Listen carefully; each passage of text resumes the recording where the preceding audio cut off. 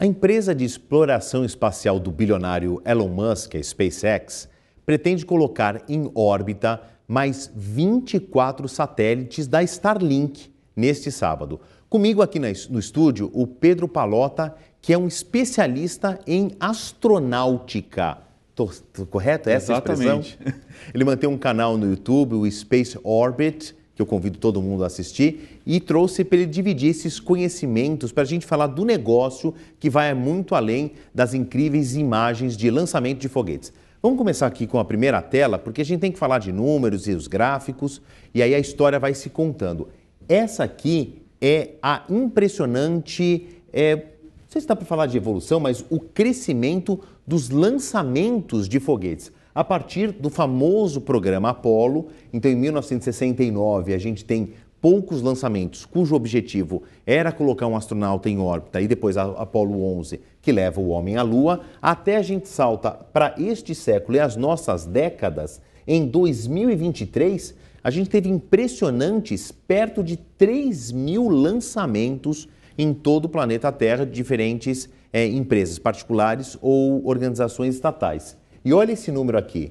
Hoje, ou desde o começo da corrida espacial, desde 1957, foram lançados quase 18.000 foguetes ou objetos para o espaço. 17.839, para ser mais preciso, e 72% justamente depois do famoso programa espacial que leva o homem à Lua. Pedro Pallotta, então, mandar objetos para o espaço é um tremendo negócio. Isso aí. Boa noite, Favalli. Obrigado pelo convite. E a Starlink é um braço da SpaceX. Muita gente acha que é uma empresa separada, mas ainda é a própria SpaceX. É só uma divisão. Ela já é responsável pela maior constelação da história da humanidade. Então, só essa parte deles são mais de 7.000 satélites. Então, existe um cálculo que a gente vem vendo ao longo do tempo, que em breve a Starlink vai ter mais satélites do que todo o restante do mundo tem em operação. Em pouco tempo, né? Em pouquíssimo tempo. Vamos olhar aqui a próxima tela para a gente também entender parte desse negócio e esse grande nome do século XXI. Todo mundo acha que tem um juízo de valor sobre o Elon Musk, mas é inegável que ele está deixando aí uma marca indelével da nossa história. Está aqui. Então, a tecnologia do Starlink, eu sei que o Pedro, inclusive, é usuário da tecnologia, ele pode falar da experiência como quem tem internet da Starlink. Você tem uma estação em solo que se comunica com uma rede de satélites. Quantos eles são hoje em órbita, Pedro? Cerca de 7.000. Já passou de 7.000. Agora, o lançamento previsto para amanhã, sábado, são mais 24 satélites. Isso. E aí, eles têm uma comunicação entre eles por meio de um laser óptico e aqui na Terra a gente recebe o sinal por meio de uma antena que depois distribui por Wi-Fi para o teu celular, Isso. tablet, computador. Funciona? Funciona muito bem. Eu posso falar isso como uma das primeiras pessoas que usou a Starlink no Brasil. Então, eu acompanho o projeto da Starlink desde a sua concepção. E eles têm avançado num nível tão rápido que esse terminal, que eles chamam de gateway, ele já não é necessariamente obrigatório. Porque hoje, com essa comunicação entre os próprios satélites, eles não precisam necessariamente fazer essa conexão o tempo todo com o solo, como se era esperado. Então, como eles fazem, antes a conexão era, sobe o sinal do usuário, passa num satélite, bate num terminal de solo e assim por diante. Hoje, com esses lasers, basicamente, você sair o sinal do usuário, passar no satélite para cruzar uma boa parte do planeta e ir para o servidor mais próximo da onde a pessoa está, do outro sistema está, no outro servidor, e dali para frente seguir. Isso diminui o que a gente chama de latência. Então, é o tempo que demora para sair o sinal, ir para o outro lado e voltar. Então, a melhor latência que a gente tem hoje é fibra ótica. É muito bom, funciona muito bem. Só que a Starlink vem diminuindo essa latência hoje para valores muito bons e muito impressionantes para uma tecnologia para satélite, que antes era de até um segundo, assim, demorava bastante. Pedro, o chinês também tem, né? Existe uma tecnologia chinesa que é concorrente da Starlink, mas do jeito que você está explicando e esse modelo que a gente está assistindo, não é difícil entender que esse é o rumo do futuro próximo Sim. da tecnologia de conexão à internet, e a Starlink hoje mudou o jogo? Mudou. A Starlink é uma revolução nas telecomunicações por satélite. Então, antigamente, ainda existe essa tecnologia hoje, que são os satélites geoestacionários. Eles estão a cerca de 35 mil quilômetros de distância e eles abarcam uma área muito grande da Terra, a cobertura é muito grande.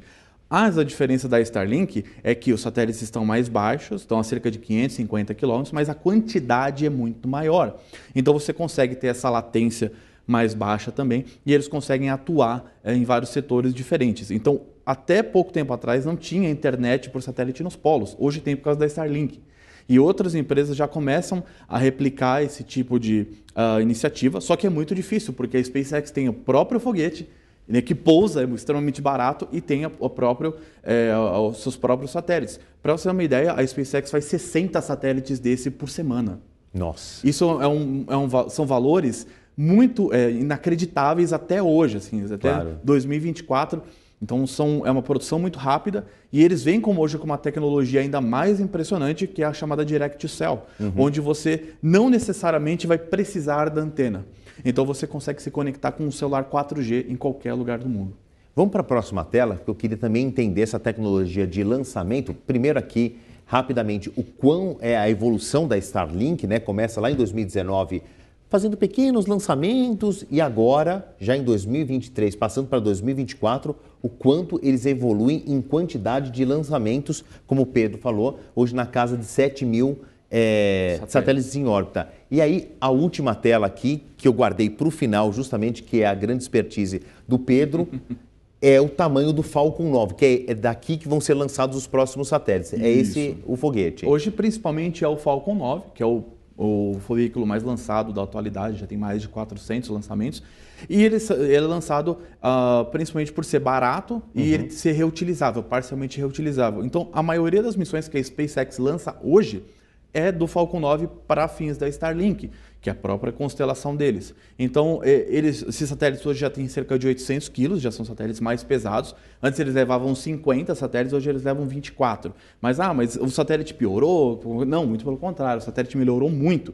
Só que isso acabou com que eles ficassem um pouco maiores. Mas eles têm revolucionado várias outras tecnologias dentro desse universo das telecomunicações que muita gente muitas vezes nem sabe. Às vezes, o tipo de antena que a Starlink utiliza, chamada de Phased Array, é como se fossem várias pequenas antenas em uma única placa, simplificando bastante. Isso já existia, mas era extremamente caro. Então, nas primeiras fases da Starlink, falavam que a SpaceX perdia cerca de $2.500 para cada antena vendida.